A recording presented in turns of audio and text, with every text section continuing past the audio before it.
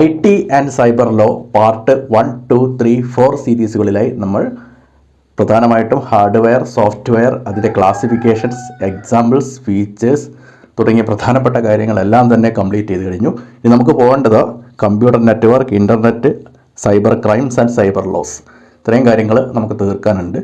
So ഇന്നത്തെ ക്ലാസ്സിലേക്ക് നമുക്ക് കിടക്കാം. ഇന്ന് നമ്മൾ പ്രധാനമായിട്ടും ചർച്ച ചെയ്യാൻ പോകുന്നത് കമ്പ്യൂട്ടർ നെറ്റ്വർക്കുകളെ കുറിച്ചാണ്. കമ്പ്യൂട്ടർ നെറ്റ്വർക്ക് എന്ന് പറഞ്ഞു കഴിഞ്ഞാൽ ഗ്രൂപ്പ് ഓഫ് കമ്പ്യൂട്ടർ അല്ലെങ്കിൽ group of computer hardware devices. ആ ഗ്രൂപ്പ് എന്നുള്ള മീനിങ് മാത്രമേ ഈ നെറ്റ്വർക്ക് എന്നതുകൊണ്ട് ഉദ്ദേശിക്കുന്നുള്ളൂ. അപ്പോൾ നമ്മൾ പ്രധാനമായിട്ടും സിലബസിൽ പറഞ്ഞിരിക്കുന്നത് നമ്മൾ ടൈപ്സ് ഓഫ് നെറ്റ്വർക്കുകളെ കുറിച്ചാണ്. ടൈപ്സ് ഓഫ് നെറ്റ്വർക്കുകൾ പ്രധാനമായിട്ടും സിലബസിൽ പറഞ്ഞിരിക്കുന്നത് മാത്രം നമുക്ക് ഫോക്കസ് ചെയ്യാം. അതിലൊന്ന് ലാൻ, ലോക്കൽ ഏരിയ നെറ്റ്വർക്കിൻ്റെ ഷോർട്ട് ഫോമാണ് ലാൻ. പിന്നെ വാൻ, വൈഡ് ഏരിയ നെറ്റ്വർക്ക്. അതേപോലെ തന്നെയാണ് മാൻ, മെട്രോപൊളിറ്റൻ ഏരിയ നെറ്റ്വർക്ക്. അപ്പോൾ ഇതാണ് പ്രധാനപ്പെട്ട ടൈപ്സ് ഓഫ് നെറ്റ്വർക്കുകൾ. ലാൻ, വാൻ, MAN, these are the types of computer network. അപ്പോൾ ഇതിനെപ്പറ്റി നമുക്ക് ഡീറ്റെയിൽ ആയിട്ട് നോക്കാം. നമുക്ക് ആദ്യത്തെ കാറ്റഗറിയിലോട്ട് പോകാം, ലോക്കൽ ഏരിയ നെറ്റ്വർക്ക് അല്ലെങ്കിൽ ലാൻ. ലോക്കൽ ഏരിയ നെറ്റ്വർക്ക് പറയുന്നത് പോലെ തന്നെ ലൊക്കാലിറ്റിയിലാണ് നമ്മളിത് ഉപയോഗിക്കാറുള്ളത്. അതായത് ചെറിയൊരു ഏരിയ മാത്രമേ ലാൻ കവർ ചെയ്യുന്നുള്ളൂ. പ്രധാനമായിട്ടും നമുക്കിത് ഹോം, സ്കൂൾ, ഓഫീസ് ബിൽഡിംഗ് ഇങ്ങനെയുള്ള ചെറിയൊരു ഏരിയയിൽ നമുക്ക് ഉപയോഗിക്കാൻ പറ്റുന്ന ഒരു കമ്പ്യൂട്ടർ നെറ്റ്വർക്കാണ് ലാൻ. അതുകൊണ്ടാണ് ഇതിന് ലോക്കൽ ഏരിയ നെറ്റ്വർക്ക് എന്നുള്ള പേര് വരാൻ കാരണം. പിന്നെ ഇതിൻ്റെ പ്രധാന ഫീച്ചേഴ്സ് നോക്കാം. ഒന്ന്, ഇറ്റ് കവേഴ്സ് സ്മോൾ ഏരിയ, നമ്മൾ പറഞ്ഞു കഴിഞ്ഞു. പിന്നെ it can covers home, school, office building etcetera. പിന്നെ data can be transmitted very fast. കാരണം വളരെ ചെറിയൊരു ലൊക്കാലിറ്റി ആയതുകൊണ്ട് തന്നെ നമുക്ക് വളരെ പെട്ടെന്ന് ഡാറ്റ ഒരു സ്ഥലത്ത് നിന്ന് മറ്റൊരു സ്ഥലത്തേക്ക് ട്രാൻസ്മിറ്റ് ചെയ്യാൻ പറ്റും. പിന്നെ മോസ്റ്റ് കോമൺ ടൈപ്സ് ആണ് എതർനെറ്റും വൈഫൈയും. ഇത് ഈതർനെറ്റ് എന്നും പറയാം, എതർനെറ്റ് എന്നും പറയാം. വൈഫൈ നമുക്ക് സുപരിചിതമായിട്ടുള്ള സാധനമാണ്. ഇപ്പോൾ ഇത് രണ്ടുമാണ് ലാനിൻ്റെ പ്രധാനപ്പെട്ട രണ്ട് എക്സാമ്പിളുകൾ. എതർനെറ്റ് അതേപോലെ തന്നെ വൈഫൈ, ഇതിനെ കുറച്ച് കാര്യങ്ങൾ നോക്കാം. എതർനെറ്റിൽ നിങ്ങൾക്ക് ഈ ചിത്രത്തിൽ കാണാം ഫിഗർ. ഇതിൽ ഒരൊറ്റ ഡിവൈസസ് തന്നെ നമുക്ക് മറ്റ് പല കമ്പ്യൂട്ടറിലേക്കോ അല്ലെങ്കിൽ കമ്പ്യൂട്ടർ ഹാർഡ്വെയർ ഡിവൈസസിലേക്കോ കണക്ഷൻ കൊടുക്കാം. ഇതൊരു സ്കൂളിലോ അല്ലെങ്കിൽ നമ്മുടെ വീട്ടിലോ ഒക്കെ ഉണ്ടാകുന്ന ഒരു സിസ്റ്റമാണ്. So that is called by the name Ethernet. Connection കൊടുക്കാൻ വേണ്ടി USB data cable, optical fibre, അതേപോലെ തന്നെ മറ്റ് കണക്റ്റിംഗ് ഡിവൈസസ് ഒക്കെ നമുക്കിവിടെ ഉപയോഗിക്കാം. പിന്നെ അടുത്തതാണ് വൈഫൈ. വൈഫൈ പരീക്ഷയ്ക്ക് വന്നൊരു ക്വസ്റ്റ്യനാണ് ഇതിൻ്റെ ഫുൾ ഫോം. വയർലെസ് ഫിഡിലിറ്റി എന്നാണ് വൈഫൈൻ്റെ ഫുൾ ഫോം. വയർലെസ് ഫിഡിലിറ്റി നമുക്കറിയാം, ഇതൊരു വയർലെസ് കമ്മ്യൂണിക്കേറ്റിംഗ് ഡിവൈസസ് ആണ്. വൈഫൈ വഴി ഡാറ്റ നമുക്ക് എത്തിച്ചു തരുന്നത് റേഡിയോ വേവ്സ് ആണ്. റേഡിയോ വേവ്സ് ആണ് നമ്മൾ വൈഫൈയിൽ ഉപയോഗിക്കുന്ന പ്രധാന വേവ്സുകൾ. ഇതാണ് നമുക്ക് ഡാറ്റ ഒരു സ്ഥലത്ത് നിന്ന് മറ്റൊരു സ്ഥലത്തേക്ക് എത്തിച്ചു തരുന്നത് റേഡിയോ വേവ്സ് ആണ്. അത് നമ്മളൊന്ന് ഓർത്ത് വെക്കണം. വൈഫൈയിൽ നമ്മൾ ഉപയോഗിക്കുന്ന റേഡിയോ വേവ്സ് ആണ് ഓർത്ത് വെക്കുക. അതിൻ്റെ ഫുൾ ഫോം വെരി ഇമ്പോർട്ടൻ്റ് ആണ്, വയർലെസ് ഫിഡിലിറ്റി. ഇത് രണ്ടും മാത്രം നിങ്ങൾ വൈഫൈൻ്റെ കേസിൽ ഓർത്ത് വെച്ചാൽ മതി. അടുത്തതായിട്ട് നമുക്ക് പഠിക്കാനുള്ളതാണ് wide area network. Wide area network എന്ന് പറഞ്ഞാൽ വാൻ, അതിൻ്റെ ഷോർട്ട് ഫോമാണ് വാൻ എന്ന് പറയുന്നത്. വൈഡ് ഏരിയ നെറ്റ്വർക്കിൻ്റെ ഷോർട്ട് ഫോമാണ് വാൻ. അപ്പോൾ വൈഡ് ഏരിയ, അപ്പോൾ അവിടെ തന്നെ ഒരു കാര്യം വളരെ വ്യക്തമാണ് നമുക്ക്. ലോക്കൽ ഏരിയ നെറ്റ്വർക്കിൽ വളരെ കുറഞ്ഞ സ്മോൾ ഏരിയ മാത്രമേ നമ്മൾ കവർ ചെയ്തിട്ടുള്ളൂ എങ്കിൽ ഇവിടെ ഒരു ലാർജ് ജിയോഗ്രഫിക്കൽ ഏരിയ തന്നെ വാൻ കവർ ചെയ്യുന്നുണ്ട്. അതുകൊണ്ടാണ് ഈ വൈഡ് ഏരിയ നെറ്റ്വർക്ക് എന്നുള്ള പേര് വരാൻ കാരണം. ഇതിൽ ഏറ്റവും പ്രധാനപ്പെട്ട കാര്യം ആ ഒരു ഉദാഹരണമാണ് ഇൻ്റർനെറ്റ്. അതായത് ഇൻ്റർനെറ്റ് വാനിൻ്റെ എക്സാമ്പിളാണ്. ഇതിൻ്റെ ബേസിക്കാണ് അർപ്പാനെറ്റ് എന്ന് പറയുന്നത്. 1969 USA ആണ് അർപ്പാനെറ്റ് ഡെവലപ്പ് ചെയ്തത്. പിന്നീട് 1990 ഇവർ ഇത് ക്ലോസ് ചെയ്തിട്ടുണ്ട്. കാരണം ഇൻ്റർനെറ്റ് ആ സമയത്ത് ഡെവലപ്പ് ചെയ്ത് വന്നിട്ടുണ്ടായിരുന്നു. സോ ഇൻ്റർനെറ്റിൻ്റെ ബേസിക്കാണ് ഈ അർപ്പാനെറ്റ് എന്ന് പറയുന്നത്. ഇതിൻ്റെ മറ്റൊരു പ്രത്യേകത, it uses least telecommunication lines. ഇതിന് ഒരുപാട് ടെലികമ്മ്യൂണിക്കേഷൻ ലൈൻസിൻ്റെ ഒന്നും ആവശ്യമില്ല, വളരെ കുറഞ്ഞ എണ്ണം ടെലികമ്മ്യൂണിക്കേഷൻ ലൈൻസ് മാത്രം മതി. ഇതിൻ്റെ ഒരു പ്രത്യേകതയാണിത്, യൂസിങ് ലീസ്റ്റ് ടെലികമ്മ്യൂണിക്കേഷൻ ലൈൻസ്. അപ്പോൾ വാനിൻ്റെ ഇത്രയും കാര്യങ്ങൾ നിങ്ങൾ ഓർത്ത് വെക്കണം. അതിൻ്റെ ഫുൾ ഫോം ഏറ്റവും പ്രധാനപ്പെട്ടത് wide area network. It covers large geographical area. Largest വാനാണ് ഇൻ്റർനെറ്റ്. ഇൻ്റർനെറ്റ് എന്തിൻ്റെ എക്സാമ്പിളാണെന്ന് പരീക്ഷയ്ക്ക് വന്നിട്ടുണ്ട്, വാനിൻ്റെ എക്സാമ്പിളാണെന്ന് ഓർത്ത് വെക്കുക. ഇതിൻ്റെ ബേസിക് ഫോമാണ് അർപ്പാനെറ്റ്. USA 1969 അർപ്പാനെറ്റ് ഡെവലപ്പ് ചെയ്തത്. പിന്നെ van uses least telecommunication lines എന്നുള്ള പോയിന്റും കൂടി നിങ്ങൾ ഓർത്ത് വെക്കുക. നമുക്ക് കുറച്ച് കാര്യങ്ങൾ ഇൻ്റർനെറ്റുമായി ബന്ധപ്പെടുത്തിയിട്ട് പഠിക്കുവാനുണ്ട്. അപ്പോൾ നമുക്കറിയാം, ഇൻ്റർനെറ്റ് എന്ന് പറഞ്ഞാൽ ലോകത്തിലുള്ള എല്ലാ കമ്പ്യൂട്ടറുകളെയും ബന്ധിപ്പിക്കുന്ന ഒരു സംവിധാനമാണ് ഇൻ്റർനെറ്റ് എന്ന് പറയുന്നത്. ഇത് ഇൻ്റർനെറ്റ് പ്രോട്ടോകോൾ നിലവിൽ വന്നത് 1982 നിങ്ങൾ ഓർത്ത് വെക്കുക. വളരെ പ്രധാനപ്പെട്ട പോയിൻ്റാണ്. ഇൻ്റർനെറ്റ് പ്രോട്ടോകോൾ നിലവിൽ വന്നത് 1982 നമ്മൾ പറഞ്ഞു ലോകത്തിലെ ഏറ്റവും വലിയ കമ്പ്യൂട്ടർ ശൃംഖല എന്ന് പറയാവുന്ന കാര്യമാണ് ഇൻ്റർനെറ്റ്. ഇത് പരീക്ഷയ്ക്ക് വന്നൊരു ചോദ്യമാണ്. ലോകത്തിലെ ഏറ്റവും വലിയ കമ്പ്യൂട്ടർ ശൃംഖല ഏത്? ഉത്തരം ഇൻ്റർനെറ്റാണ്. പിന്നെ ഏറ്റവും വലിയ വൈഡ് ഏരിയ നെറ്റ്വർക്ക് കൂടിയാണ് ഇൻ്റർനെറ്റ്. നമ്മൾ നേരത്തെ പറഞ്ഞിട്ടുണ്ടായിരുന്നു വാനെടുക്കുന്ന സമയത്ത്. അപ്പോൾ അതൊന്ന് നോട്ട് ചെയ്ത് വെക്കണം. ഏറ്റവും വലിയ വൈഡ് ഏരിയ നെറ്റ്വർക്ക് ഏതാണ് എന്ന് ചോദിച്ചാൽ അതിൻ്റെ ഉത്തരം ഇൻ്റർനെറ്റാണ്. അതുപോലെ തന്നെ എടുത്തു പറയേണ്ട ഒരു പ്രധാനപ്പെട്ട പോയിൻ്റാണ് ഇൻ്റർനെറ്റിൻ്റെ പിതാവ്. വിൻഡൻ സർഫ് എന്ന് പറയുന്ന ഒരു വ്യക്തിയാണ് ഇൻ്റർനെറ്റിൻ്റെ പിതാവായിട്ട് പരിഗണിക്കപ്പെടുന്നത്. അതേപോലെ തന്നെ ഈ ഇൻ്റർനെറ്റിനുള്ള 2 പ്രധാനപ്പെട്ട വിശേഷണങ്ങൾ പരീക്ഷയ്ക്കെടുത്ത് ചോദിച്ചിട്ടുണ്ടായിരുന്നു. അപ്പോൾ അത് ഏതൊക്കെയാണെന്ന് നോക്കാം. ഒന്ന്, ഇൻ്റർനാഷണൽ നെറ്റ്വർക്ക് എന്നറിയപ്പെടുന്നത് ഇൻ്റർനെറ്റാണ്.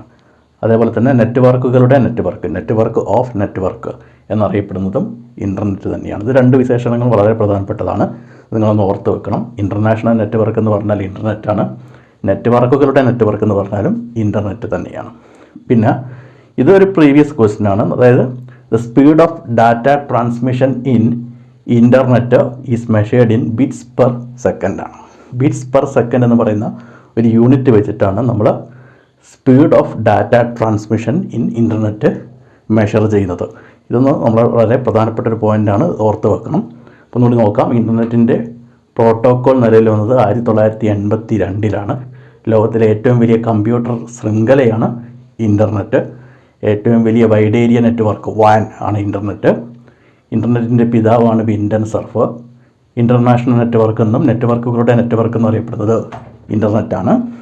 അതേപോലെ തന്നെ the speed of data transmission in internet measure ചെയ്യുന്നത് ബിറ്റ്സ് പെർ സെക്കൻഡ് എന്ന യൂണിറ്റിലാണ്.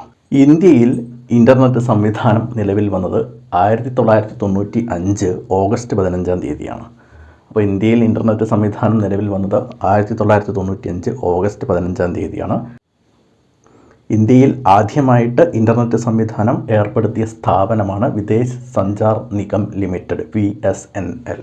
ഇത് പ്രധാനപ്പെട്ടൊരു പോയിൻ്റാണ്. ഇന്ത്യയിൽ ഇൻ്റർനെറ്റ് സംവിധാനം ലഭ്യമാക്കിയ സ്ഥാപനമാണ് BSNL, വിദേശ് സഞ്ചാർ നിഗം ലിമിറ്റഡ്. ഇൻ്റർനെറ്റിന് സമാനമായിട്ടുള്ള മറ്റൊരു നെറ്റ്വർക്കാണ് ഇൻട്രാനെറ്റ്. ഇത് ഓർത്ത് വെക്കാൻ എളുപ്പമാണ്. ഇൻ്റർനെറ്റ്, ഇൻട്രാനെറ്റ് രണ്ടും ഓർത്ത് വെക്കാൻ എളുപ്പമാണ്. അപ്പോൾ ഇൻ്റർനെറ്റിൻ്റെ ആദ്യകാല രൂപമാണ് അർപ്പാനെറ്റ്. നമ്മൾ നേരത്തെ പറഞ്ഞിട്ടുണ്ടായിരുന്നു. ഇതിൻ്റെ ഫുൾ ഫോമാണ് advanced research project agency network എന്നാണ്. ഇത് ഡെവലപ്പ് ചെയ്തത് അമേരിക്കൻ ഡിപ്പാർട്ട്മെൻറ്റ് ഓഫ് ഡിഫൻസ്, പ്രതിരോധ സംവിധാനങ്ങൾക്ക് വേണ്ടി അമേരിക്ക ഡെവലപ്പ് ചെയ്ത ഒരു ഇൻ്റർനെറ്റിൻ്റെ ഒരു ആദ്യകാല രൂപം എന്ന് പറയാൻ പറ്റുന്ന സാധനമാണ് അർപ്പാനെറ്റ് എന്ന് പറയുന്നത്. ഇത് 1969 അമേരിക്കൻ ഡിപ്പാർട്ട്മെൻറ്റ് ഓഫ് ഡിഫൻസ് രൂപകൽപ്പന ചെയ്തത്. സോ ഈ അർപ്പാനെറ്റാണ് ഇൻ്റർനെറ്റിൻ്റെ ആദ്യകാല രൂപം എന്നുള്ളത് നിങ്ങളൊന്ന് ഓർത്ത് വെക്കുക. ഇത്രയും കാര്യങ്ങൾ എല്ലാം പ്രധാനപ്പെട്ടത് തന്നെയാണ്, ഒന്നും ഒഴിവാക്കാനില്ല. ഇന്ത്യയിൽ ഇൻ്റർനെറ്റ് സംവിധാനം നിലവിൽ വന്നത് 1995 ഓഗസ്റ്റ് 15 ഇന്ത്യയിൽ ആദ്യമായി ഇൻ്റർനെറ്റ് സംവിധാനം ലഭ്യമാക്കിയ സ്ഥാപനമാണ് VSNL. VSNLൻ്റെ full form Videsh Sanchar Nigam limited എന്നാണ്. ഇൻ്റർനെറ്റിന് സമാനമായ നെറ്റ്വർക്കാണ് ഇൻട്രാനെറ്റ്. ഇൻ്റർനെറ്റിൻ്റെ ആദ്യകാല രൂപമാണ് ARPANET, advanced research project agency network എന്നാണ് ഇതിൻ്റെ ഫുൾ ഫോം. ഇത് രൂപം നൽകിയത് American department of defence in 1969 metropolitan area network. അതായത് ഇത് data network designed for a town, അതാണ് ഇതിൻ്റെ പ്രത്യേകത.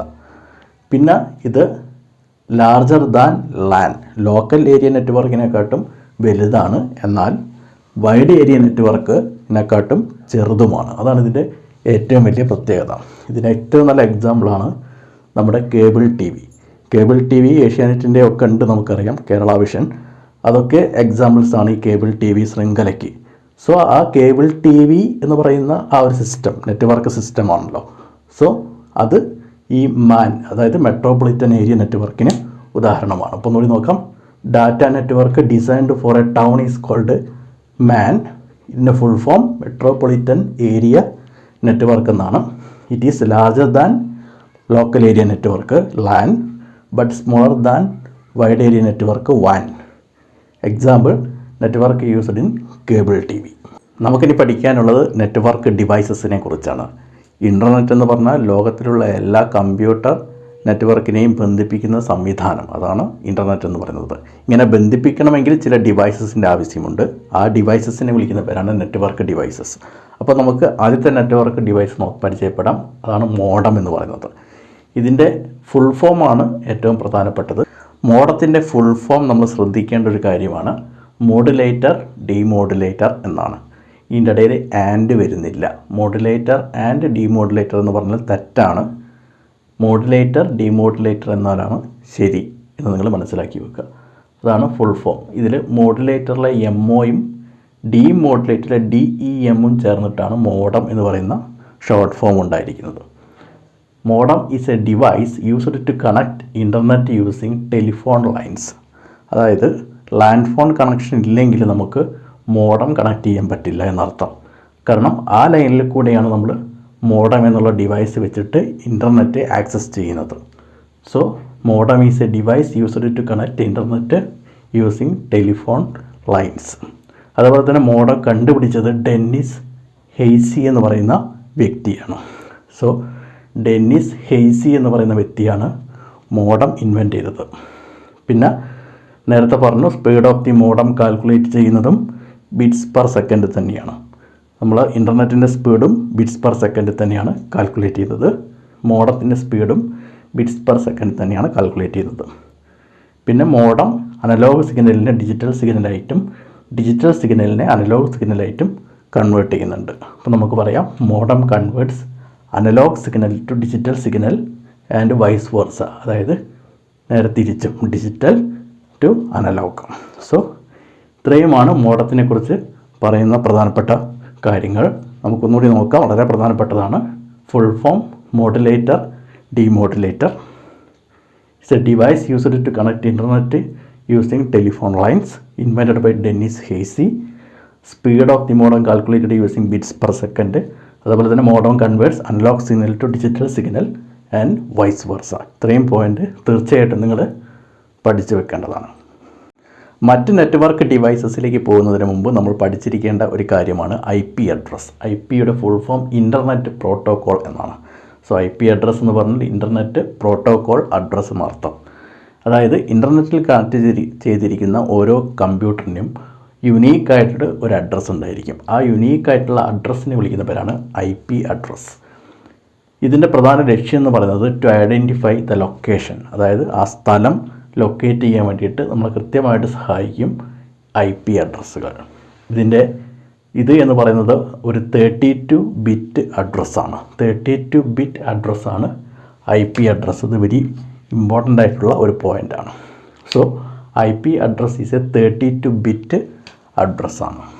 പിന്നെ ഒരു valid IP address is always between 0 to 255 ഡിജിറ്റുകൾ ആണ് നമ്മൾ സാധാരണ ഒരു വാലിഡ് ആയിട്ടുള്ള ഒരു IP അഡ്രസ്സിൽ ഉപയോഗിക്കാറുള്ളത്. ഫോർ എക്സാമ്പിൾ 192, 161, 11 എല്ലാം 0 to 255 ഇടയിലുള്ള നമ്പേഴ്സാണ് എന്ന് നിങ്ങൾ മനസ്സിലാക്കി വെക്കുക. അതിന് പുറത്തേക്കുള്ള നമ്പർ വരില്ല. സോ ആ റേഞ്ച് ചിലപ്പം പരീക്ഷയ്ക്ക് ചോദിക്കാം. കാരണം ഓപ്ഷൻസിൽ 255, 256, 257 എന്ന് പറഞ്ഞിട്ട് കൊടുത്തു കഴിഞ്ഞാൽ കൺഫ്യൂഷനാവും. സോ 0 to 255 വരെയുള്ള ഏത് നമ്പറും IP അഡ്രസ്സിൽ വരാം. ഈ 32 ബിറ്റ് IP അഡ്രസ്സിങ് അറിയപ്പെടുന്നത് IPv4 എന്ന് പറയുന്ന ഒരു കോഡിലാണ്. So what is mean by IPv4 എന്ന് പറഞ്ഞാൽ it is related to IP address എന്ന് ആദ്യം മനസ്സിലാക്കി വെക്കുക. ആ 32 ബിറ്റ് IP അഡ്രസ്സിങ്ങിനെ വിളിക്കുന്ന പേരാണ് IPv4 എന്ന് പറയുന്നത്. ഇത് വളരെ പ്രധാനപ്പെട്ട ഒരു പോയിൻ്റാണ്. പിന്നെ ഈ IP അഡ്രസ്സ് കൺട്രോൾ ചെയ്യാൻ വേണ്ടിയിട്ട്, കോർഡിനേറ്റ് ചെയ്യാൻ വേണ്ടിയിട്ട് ലോകത്തിൽ ഒരു ഓർഗനൈസേഷൻ ഉണ്ട്. ആ ഓർഗനൈസേഷനാണ് ICANN.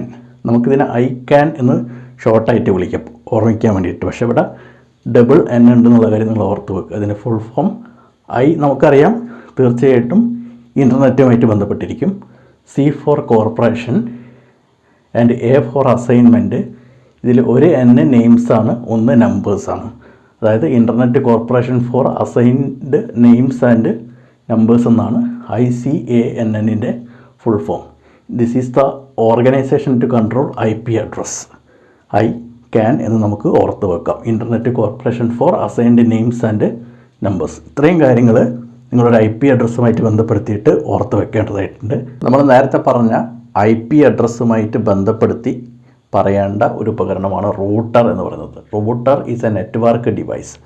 ഈ റൂട്ടർ എന്ന് പറഞ്ഞു കഴിഞ്ഞാൽ ഇത് പ്രവർത്തിക്കുന്നത് IP അഡ്രസ് അടിസ്ഥാനമാക്കിയിട്ടാണ്. അതായത് IP അഡ്രസ് അടിസ്ഥാനപ്പെടുത്തി ഒന്നിൽ കൂടുതൽ നെറ്റ്വർക്കുകൾ പരസ്പരം ബന്ധിപ്പിക്കാൻ ഉപയോഗിക്കുന്ന ഉപകരണമാണ് റൂട്ടർ എന്ന് പറയുന്നത്. IP അഡ്രസ്സിൻ്റെ അടിസ്ഥാനത്തിൽ ഒന്നിൽ കൂടുതൽ നെറ്റ്വർക്കുകളെ ബന്ധിപ്പിക്കാൻ വേണ്ടി ഉപയോഗിക്കുന്ന ഒരു ഉപകരണമാണ് റൂട്ടർ എന്ന് പറഞ്ഞു കഴിഞ്ഞാൽ. അടുത്ത നെറ്റ്വർക്ക് ഡിവൈസാണ് ബ്രിഡ്ജ് എന്ന് പറയുന്നത്. അതായത് ഇവിടെ നമുക്ക് 2 ലോക്കൽ ഏരിയ നെറ്റ്വർക്കുകൾ ഉണ്ടായിരിക്കും. ഈ 2 ലോക്കൽ ഏരിയ നെറ്റ്വർക്കുകളെ പരസ്പരം ബന്ധിപ്പിക്കാൻ ഉപയോഗിക്കുന്ന ഉപകരണമാണ് ബ്രിഡ്ജ് എന്ന് പറയുന്നത്.